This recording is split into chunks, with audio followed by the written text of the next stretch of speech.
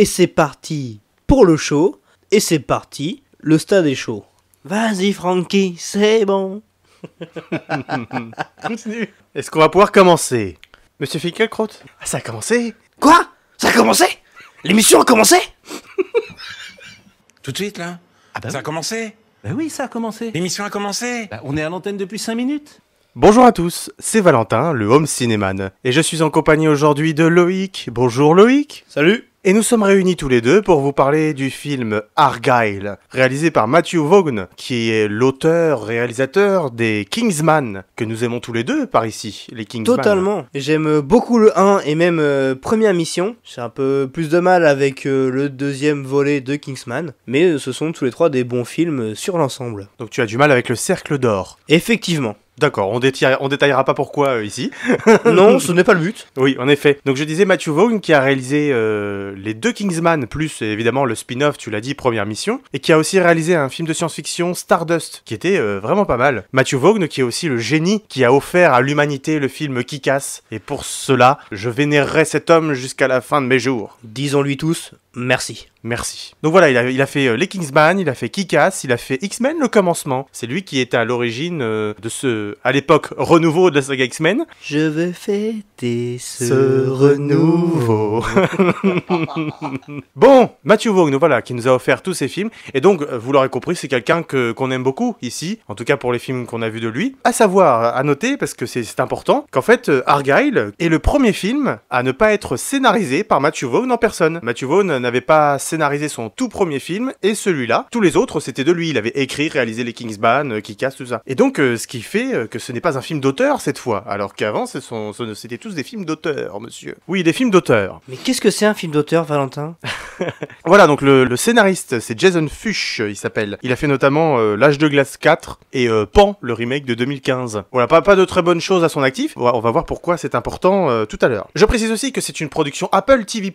Et, Merci Apple encore une fois. Voilà, parce qu'Apple nous a encore une fois permis de voir ce film au cinéma. Alors on va voir si c'était une bonne ou une mauvaise idée tout à l'heure. Mais grâce à Apple, nous aurons pu voir Napoléon, voir Killers of the Flower Moon et voir Argylle au cinéma. Et non pas sur une plateforme de streaming. Et ouais, Netflix pourrait le faire, peut le faire. Mais est-ce qu'ils veulent le faire? Non. Alors que pourtant, ils ont les capacités. Ils ont même les moyens. Avec les derniers films à gros budget qui nous ont sortis, ils auraient pu en mettre certains sur le grand écran. On n'a jamais eu de diffusion de films de production de Netflix au cinéma, malheureusement. Mais quand on voit les productions Apple au cinéma, on se dit que c'est peut-être pas plus mal. Alors, il est question aujourd'hui de Argylle. Argylle, ça raconte l'histoire de Ellie Conway, qui écrit des romans d'espionnage. C'est une auteure plutôt reconnue dans son milieu, et qui un jour voit ses récits prendre vie du jour au lendemain, et à l'aide d'un inconnu et de son chat, elle part résoudre le mystère de sa vie. C'est tellement bien dit. Et oui, on n'a pas du tout répété ça avant. Du tout.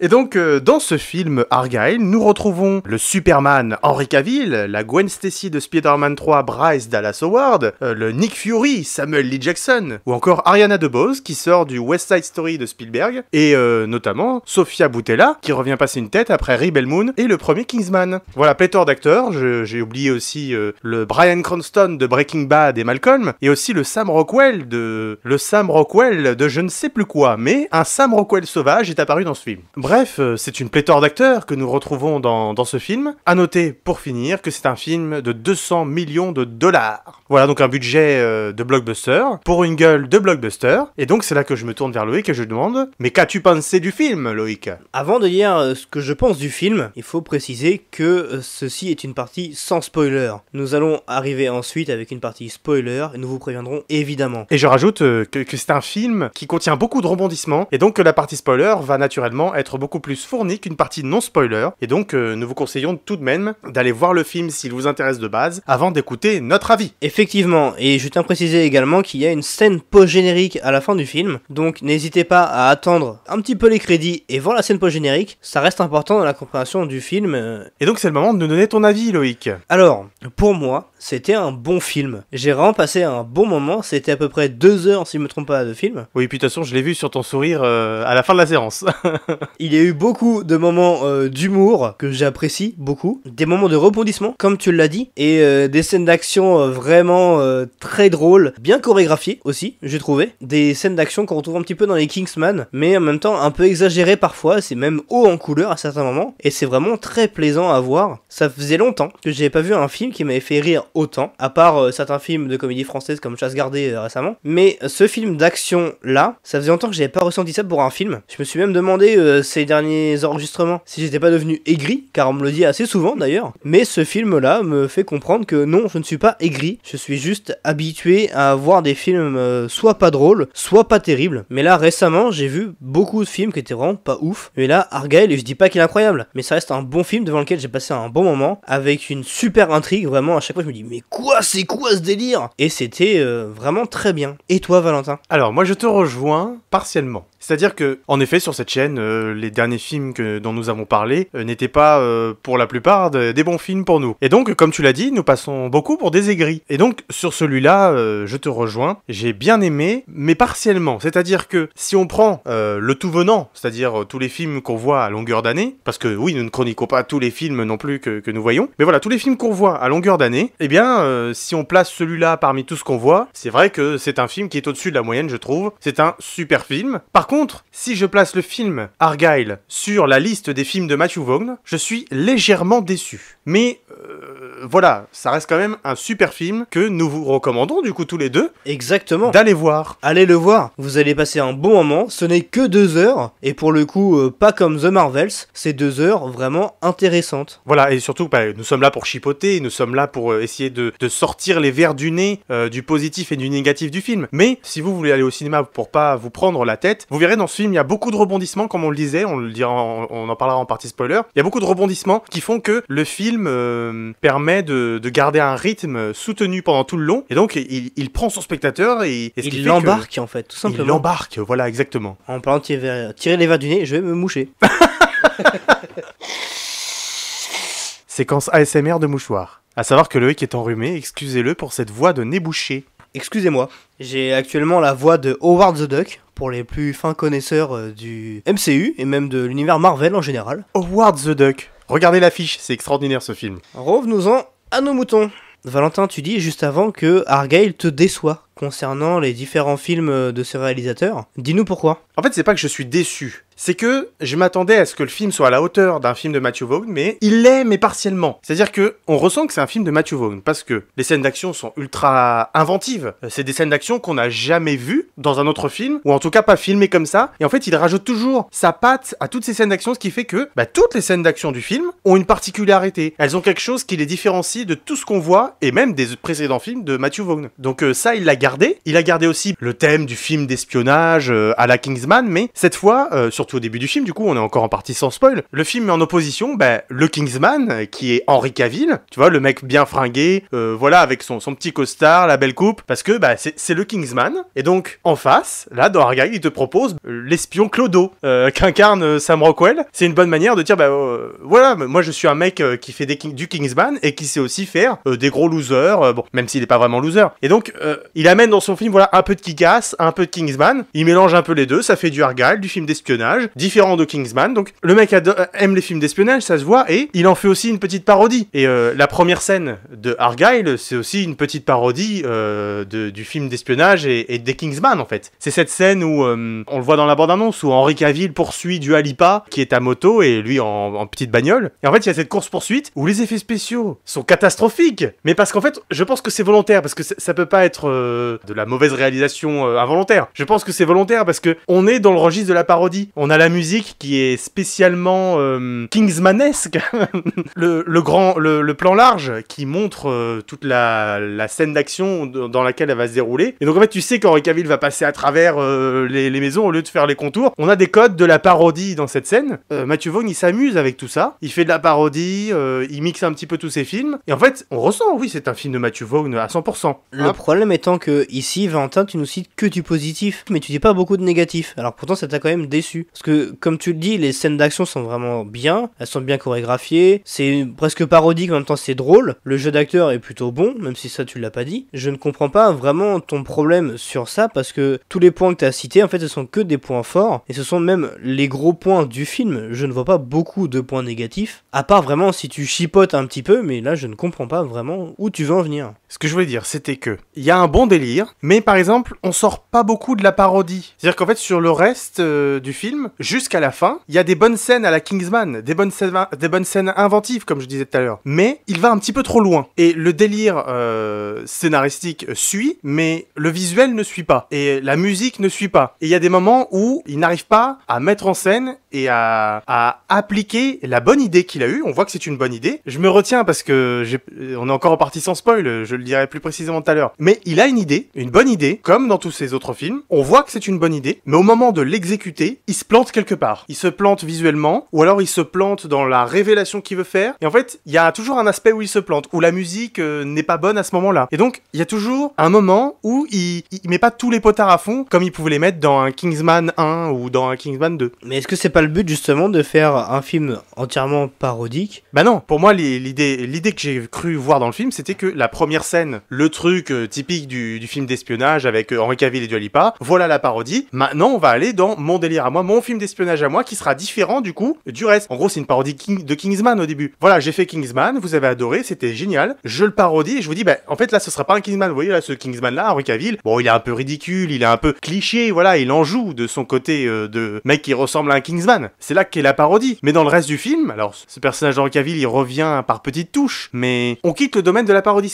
C'est pour ça que ça me gêne un petit peu, si tu veux. Après, comme on l'a dit dans le résumé du film global, c'est un roman d'espionnage qui est adapté, et c'est une auteure en particulier qui en fait 5 tomes, et c'est peut-être justement filmé de la manière dont elle l'avait dans sa tête aussi. Donc c'est pour ça, du coup, ça vient plus de son personnage plutôt que de lui-même, en fait. C'est surtout la fin, en fait, qui m'a beaucoup gêné. Non, bah, pour revenir sur le positif, comme je le disais, il y a une bonne idée à chaque scène d'action. J'avais peur parce que la bande-annonce et le pitch du film sont mensongers, sachez-le. On va pas vous dire en quoi c'est mensonger tout de suite, mais on vous présente une histoire d'une femme, auteure, dont les écrits se révéleraient vrais. Quand le film commence, moi je me dis, je suis pas beaucoup dans le film, parce que, bon, je me dis, c'est quand même gros que la meuf, elle ait écrit ça, et que, oh bah dis donc, c'est vrai finalement. Le film se rattrape et nous explique le pourquoi du comment après. Mais c'est vrai que j'avais peur là-dessus. Pareil, la bande-annonce nous présente des personnages qui ont l'air d'être principaux, mais qui ne le sont pas du tout. Je pense à Dua Lipa, vous voyez les scènes de Dua Lipa dans la bande-annonce? C'est exactement les mêmes scènes dans le film, et il y en a pas d'autres. La meuf est présente 2 scènes, celles que vous voyez dans la bande-annonce.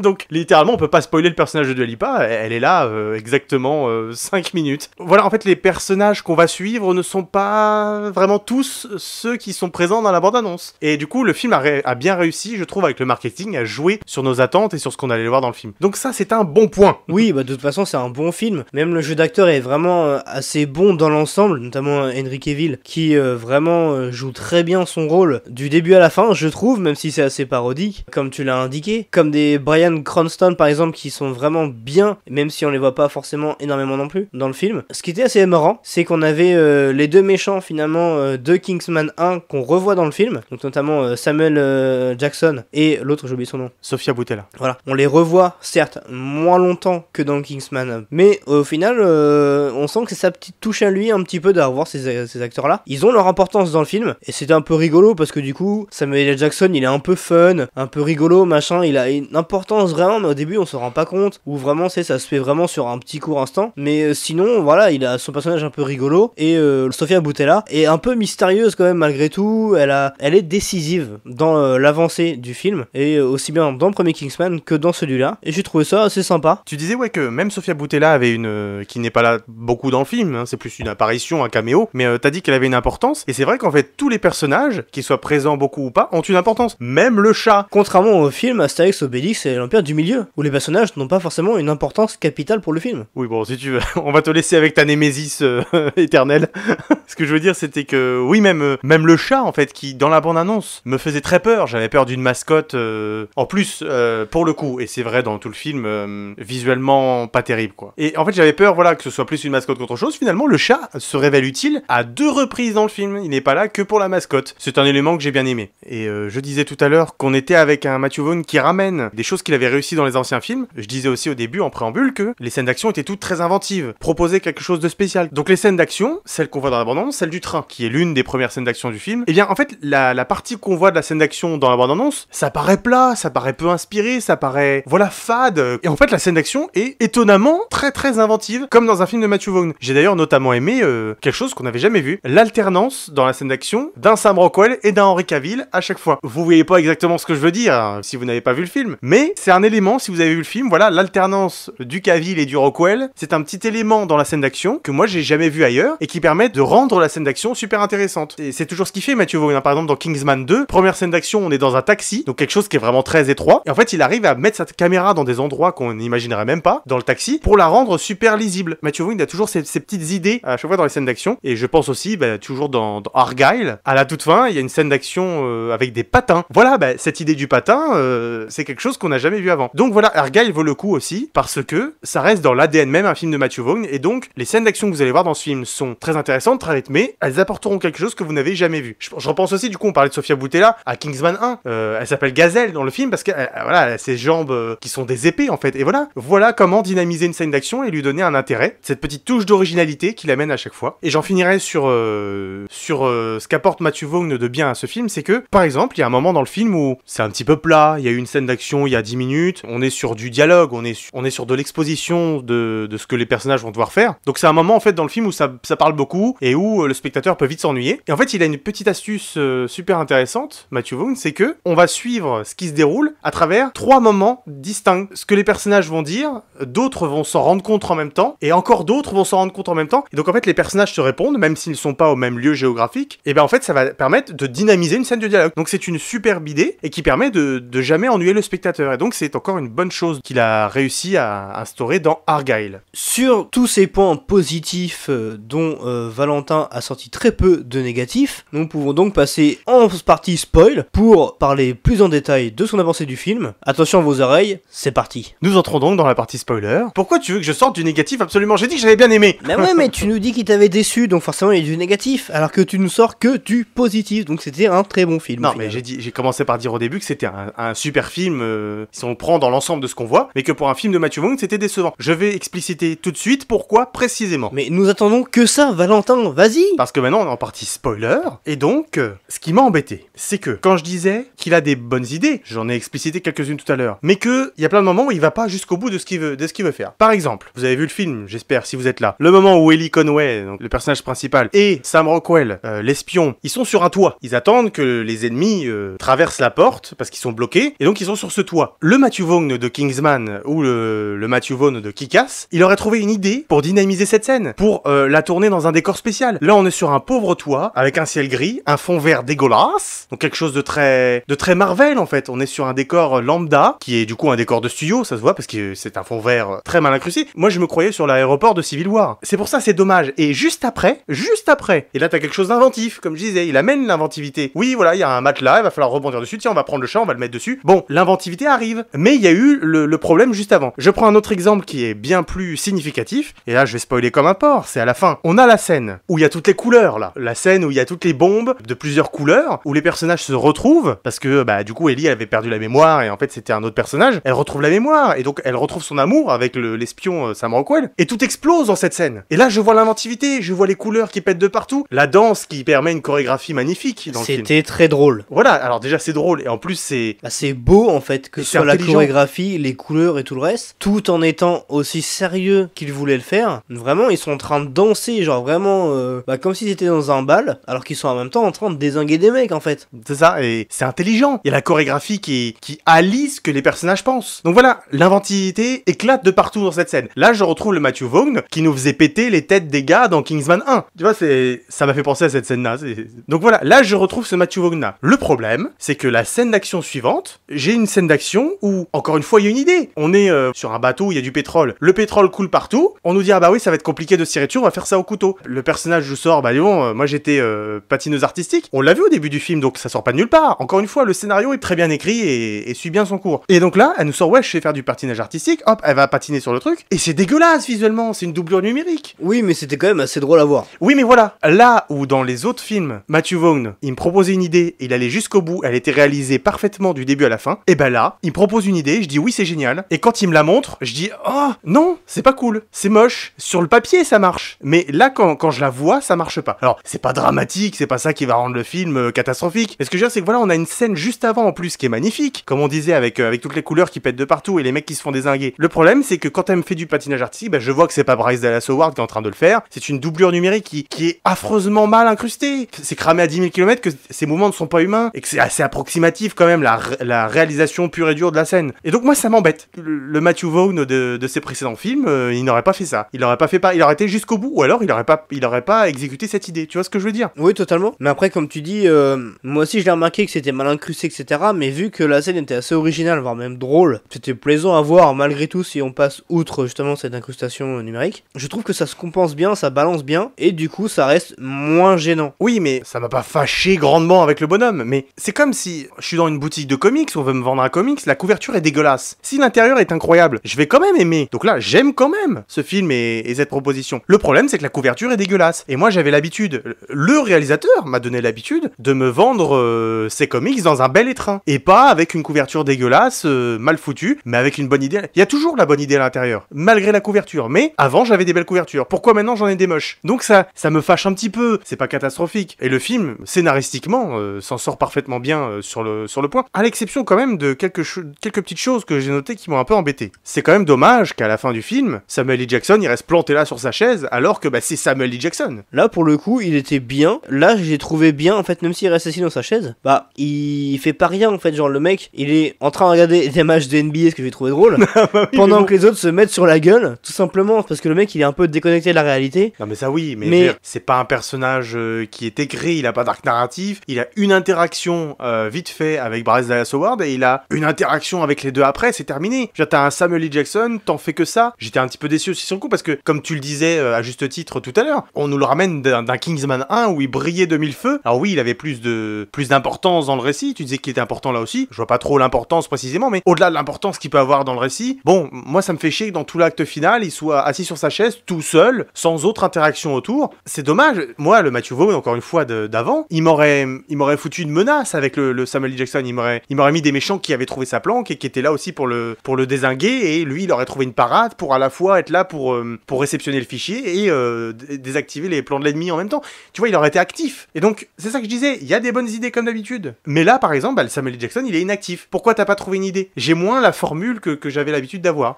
Je paye 10 € pour avoir un menu, si je paye toujours 10 € mais que j'ai la boisson en moins, je vais pas être totalement fâché, mais je vais pas être très content. Voilà. Un autre truc, par contre, là, je trouve ça flagrant et ça m'a vraiment gêné. C'est le moment où on apprend avec le personnage qu'en fait, ses parents ne sont pas ses parents. Et donc, sa mère, entre guillemets, lui colle un flingue sur la tempe, et t'as Sam Rockwell qui débarque dans la pièce, il met en joue le père, il lui dit, non, c'est pas tes parents, viens avec moi, tu vois, reviens avec moi. La mère commence à vouloir tuer Bryce Dallas Howard, Sam Rockwell, il lui tire dessus. On croit que la mère est morte, très bien, le grand méchant est juste à côté de toi. Pourquoi tu l'assommes et tu lui tires pas dessus? Il assomme Bryan Cranston, et il part avec Bryce Dallas Howard. Pourquoi il l'assomme juste? Il lui a dit, si jamais tu me tues, la division te poursuivra toujours, donc ne me tue pas. Avoue que c'est un petit peu léger, comme justification. Oui, mais c'est ce qui est dit dans le film. Oui, c'est dit, mais c'est pas parce que c'est dit que c'est vrai et que c'est justifié correctement. C'était pour continuer le scénario, parce que du coup il y a une importance derrière aussi, Valentin. Non mais ça j'ai bien compris, mais ça tu penses en tant que scénariste là. Mais quand je vois le film, je dis tu le, c'est le grand méchant du film, tu le sais très bien, donc tu le.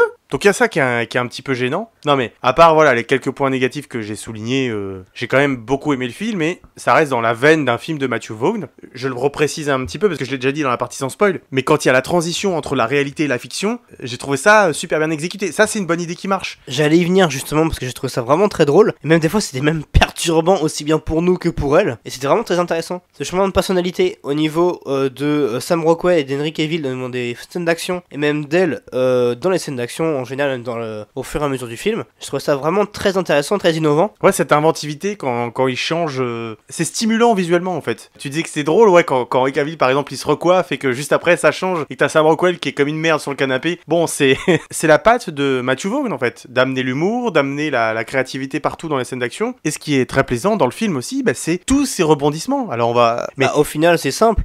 En fait, les révélations se font au fur et à mesure que le personnage retrouve la mémoire. parce que le film est du point de vue de ce personnage-là, comme le scénariste du film qui écrirait, comme Ellie écrirait l'histoire, qui en même temps qu'il écrit, nous révèle les choses, en même temps que son personnage principal retrouve la mémoire. Ce qui est intéressant et un beau parallèle à faire. Pour finir, là aussi un autre parallèle intéressant, je trouve, avec Matthew Vaughn lui-même, quand Ellie a le syndrome de la page blanche, c'est un peu ce que Matthew Vaughn avait après le Kingsman 2, où en fait il se retrouve à faire un spin-off de sa propre saga qui a entre-temps été racheté par Disney. Donc on sentait que le mec n'avait plus trop d'idées, il avait peut-être un peu le syndrome de la page blanche. Comme son personnage dans le film, comme Ellie, en fait il retrouve ce qui faisait de lui ce réalisateur avec toutes ses idées, comme on dit depuis le début. Il a réussi à vaincre ce syndrome de la page blanche, et donc beau parallèle à faire entre le personnage principal et le réalisateur du film en fait. Totalement. Puis en revenant sur le point de vue aussi, parce que on a parlé un petit peu du chat dans le film, à certains moments du film, on a le point de vue du chat, c'est-à-dire qu'on a la caméra à la place du chat. En vue subjective, ouais. Voilà, en vue subjective, et c'est vraiment très drôle. Même la scène qu'on voit pourtant beaucoup dans la bande-annonce, c'est la scène du chat qui vole parce que du coup ils ont sauté sur le matelas. J'ai trouvé ça juste, mais j'ai même souri parce que d'habitude les scènes où on nous bâche avec dessus, je trouve ça lassant. Comme je disais tout à l'heure, l'idée est bonne, mais le chat est mal fait, et en fait, pour moi, ça gâche pas l'idée, mais ça gâche l'intention de la scène, et moi, ça me donne plus de dégoût qu'autre chose de voir cette mauvaise image appliquée sur une bonne idée, ça m'embête un peu. Mais bon, c'est pas très grave. À noter, avant de passer à la suite, juste la fameuse vanne sur les Français. Magnifique. Oh, très bel humour. Je l'ai noté. La France est un pays si parfait que Dieu a créé les Français pour équilibrer la balance. En pleine période de grève des agriculteurs et du reste, vraiment, c'est parfait. Autre idée qui m'a beaucoup plu dans le film, c'est que le film commence, je sais plus si tu te rappelles le tout premier plan du film. Vraiment le tout premier plan après les logos de production. C'est pas non, c'est Argyle de dos. Non. Non, c'est quoi alors? Le tout premier plan du film, c'est la shop de bière. Et en fait, sur le marketing du film, sur l'affiche, en fait, on voit des losanges. Des carreaux. Voilà, des carreaux sous forme de losanges. Et en fait, c'est ce qui fait un petit peu l'ambiance marketing du film. Et donc, on commence avec ces carreaux, ces losanges, qui du coup représentent le film Argyle. Et la caméra dézoome et on se rend compte que c'est une shop de bière. C'est un verre à whisky où ils versent de la bière. Voilà, si tu veux. Bon, c'est un verre de whisky dans lequel ils servent de la bière. Visiblement, plan anodin. Un verre d'alcool qui est servi du coup dans la pièce où va se dérouler la première scène d'action avec Henry Cavill et Dua Lipa. Mais ce qui est intéressant, c'est qu'en fait, c'est un verre avec de la bière, et sur quoi on va quitter le film? Quel va être le lieu de la scène post-générique? Un bar! Effectivement, Thierry. Le premier plan fait écho au dernier plan du film. C'est le moment tout trouvé pour parler de la scène post-générique. Et donc, j'ai toujours pas compris, je t'avoue, la scène post-générique. Alors, il faut parler de la scène post-générique et des 10 dernières secondes du film, juste avant. Donc, Ellie Conway, maintenant Rachel Kyle, termine son tome et puis fait cette fameuse conférence de presse où elle remercie tous les personnages. Elle dit maintenant lui il va faire ça, elle va faire ça. Et là se lève un Henry Cavill avec une coupe mulet magnifique. Il a l'air de bien la connaître et elle a fait ah putain mais il existe du coup Henry Cavill, donc l'agent Argyle existe vraiment. Alors il lui dit j'ai pas de questions pour toi mais je pense que tu en auras quelques-unes pour moi. Oui voilà, donc c'est vrai que on est resté pantois devant cette scène. J'avoue que j'ai pas d'explication, enfin bon visiblement il existe vraiment, donc une graine qui est semée pour l'expliquer dans une suite. D'ailleurs, j'en profite pour dire qu'en fait, avant même la sortie de ce premier film Argyle, Matthew Vaughn a dit que Argyle sera une trilogie, si ça marche bien sûr. Sympa. Il a déjà dit avant la sortie du premier film que Argyle, il y en aura 2 autres, et qu'en fait, au final, cette trilogie de Argyle sera liée à la trilogie Kingsman, parce que oui, Kingsman deviendra une trilogie, parce que le 3e va bientôt arriver, et qu'en fait, ces deux trilogies sont liées et feront l'objet d'un crossover, type Avengers évidemment, où il y aura les personnages de Kingsman, les personnages d'Argyle. Et donc c'est là qu'intervient la scène post-générique, où en fait on découvre un mec qui vient dans un bar, donc le bar appelé The Kingsman, donc ça non plus j'ai pas trop compris, parce que le bar s'appelle The Kingsman, donc visiblement c'est un bar où il y aurait des Kingsman, mais c'est le nom du spin-off qui a été fait, donc première mission. Donc bon, je comprends pas trop la temporalité et le lieu exact dans lequel ça se passe, par contre, je pense avoir fait un lien entre ce que nous raconte cette scène et Argyle, c'est que le personnage qui est dans cette scène post-générique, qui parle au tenancier du bar, il dit s'appeler à la toute fin, et c'est sur quoi on termine, il dit s'appeler Aubrey Argyle. Et donc en fait, je pense que ce jeune homme, c'est le Henry Cavill à la coupe mulet, 20 ans plus tôt, parce que cette scène se passe 20 ans plus tôt. Et donc je pense que ce fameux Aubrey Argyle, en fait c'est peut-être un Kingsman, peut-être de l'organisation Kingsman, mais en tout cas, je pense que ce jeune homme, qui dit s'appeler Aubrey Argyle, en fait, c'est le Henry Cavill à la coupe mulet qui s'est levé à la fin de Argyle et qui a dit moi j'ai des questions, vous en avez beaucoup pour moi des questions. Il a été mis à la fin de Argyle pour nous dire on va développer ça dans la suite, et il a été aussi lié au même temps avec les Kingsman. En gros, c'est peut-être un Kingsman ou quelqu'un qui est lié au Kingsman, c'est pour ça qu'on aurait ce bar appelé The Kingsman. Voilà ma théorie. Ouais, bah je t'avoue que j'étais tellement perdu à la fin que en fait le rhume m'a tué le cerveau, donc j'ai même pas eu la force de réfléchir à ça. C'était tellement poussé pour moi que je me dis juste